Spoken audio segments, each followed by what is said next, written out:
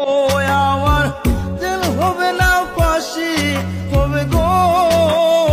আমি বাইরে থেকে থ্রেট পাচ্ছি তুমি মামলাটা তুলে নাও, বিভিন্ন ব্যক্তি প্রভাবশালী ব্যক্তিদের দ্বারা থ্রেট পাচ্ছি যে তুমি মামলাটা তুলে নাও। তুমি আমি মিলা যে মোবাইল দিয়ে একটা দুষ্ট ভিডিও রেকর্ড করছিলাম, ওটা ভাইরাল করে দেই। জান এই কথাটা তো অনেক আগে থেকে আমি তোমারে বলতে চাইতেছিলাম। গাইস, লাইলার ধর্ষণের মামলাতে প্রিন্স মামুনের গ্রেপ্তার হওয়ার কারণে জেল থেকে মুক্তি না পাওয়াতে প্রিন্স মামুনের মা ব্যারিস্টার সুমনের কাছে ভিডিওতে এসে কেঁদে কেঁদে কি বলেছে, এমনকি ব্যারিস্টার সুমন কি প্রিন্স মামুনকে সাহায্য করেছে কি করেনি, এমনকি প্রিন্স মামুন কি আজীবন জেলে থাকবে নাকি জেল থেকে মুক্তি পাবে, সে বিষয়ে আপনারা অনেক অজানা তথ্য জানতে পারবেন। তাছাড়াও ইতিমধ্যে লাইলা প্রিন্স মামুন এমনকি প্রিন্স মামুনের পুরো পরিবারকে নিয়ে ভিডিওতে এসে মুখ খুলে কি বলেছে তাও আপনাদের মাঝে উপস্থাপন করব। অন্যদিকে বন্ধুরা, ইতিমধ্যে ওমর কাপল ব্লগারদের এইবার ধুইয়ে দিল তার ভিডিওতে। তো এইবার ওমর কাদেরকে রোস্ট করেছে তাও এই ভিডিওতে জানতে পারবেন, তাই অবশ্যই ভিডিওতে লাইক দিয়ে ভিডিওটি শেষ পর্যন্ত দেখতে থাকুন।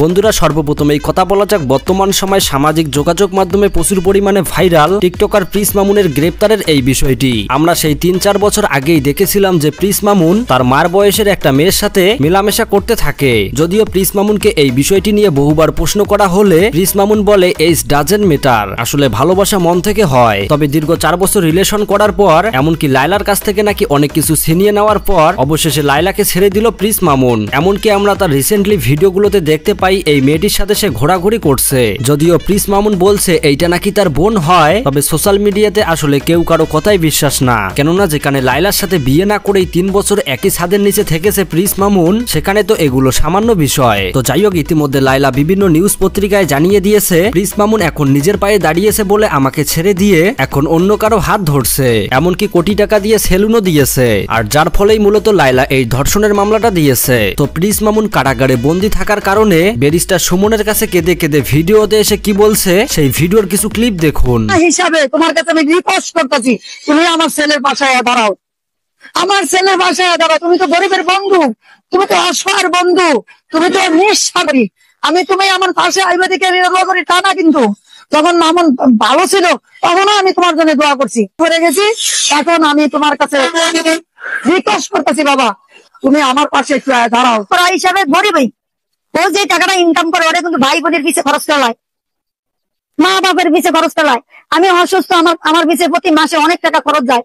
আমার কোমরের হাড়, ফিটের হাড়, মেরুদণ্ডের হাড় সব ক্ষয় হয়ে গেছে।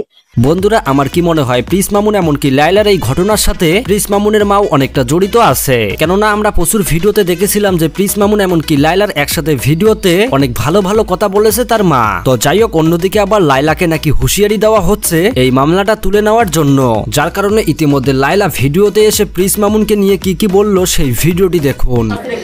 আমি এই মুহূর্তে যেটা হচ্ছে যে আমি নানা রকম থ্রেট পাচ্ছি, যে এতদিন আমি ভিতরের থ্রেটে ছিলাম, চাপের মধ্যে ছিলাম, এখন আমি বাইরে থেকে থ্রেট পাচ্ছি তুমি মামলাটা তুলে নাও, বিভিন্ন প্রভাবশালী ব্যক্তিদের দ্বারা থ্রেট পাচ্ছি যে তুমি মামলাটা তুলে নাও।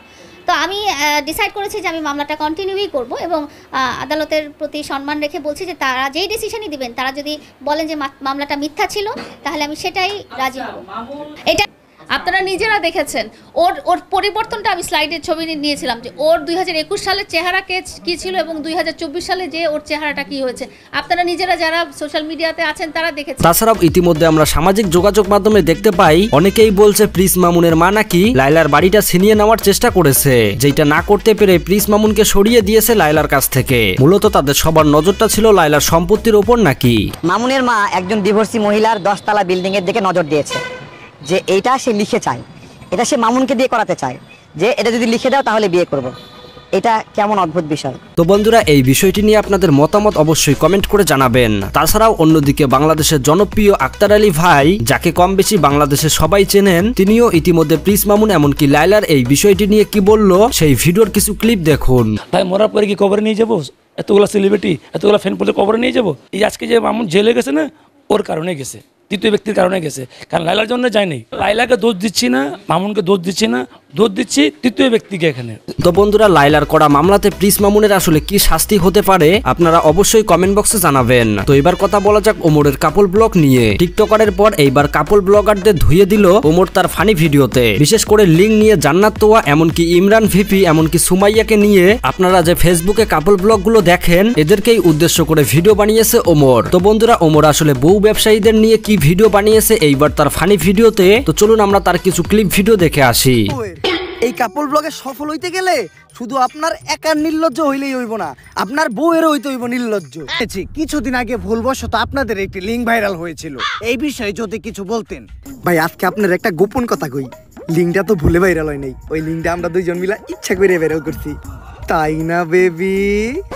আসলে বন্ধুরা বর্তমান সময় সোশ্যাল মিডিয়াতে বউ ব্যবসায়ীর সংখ্যা প্রচুর পরিমাণে বেড়েছে, আর তারই প্রতিবাদমূলক এই ভিডিওটি করেছে ওমর। তবে খুব শীঘ্রই আপনারা এর পার্ট 2 দেখতে পাবেন। তো যারা যারা এখনো এই ভিডিওটি মিস করেছেন তারা চাইলে এখনই ভিডিওটা দেখে আসতে পারেন। তো যাই হোক বন্ধুরা, এই ছিল নতুন আপডেটের ভিডিও। দেখা হচ্ছে পরবর্তী কোনো আপডেট ভিডিওতে। আল্লাহ হাফেজ।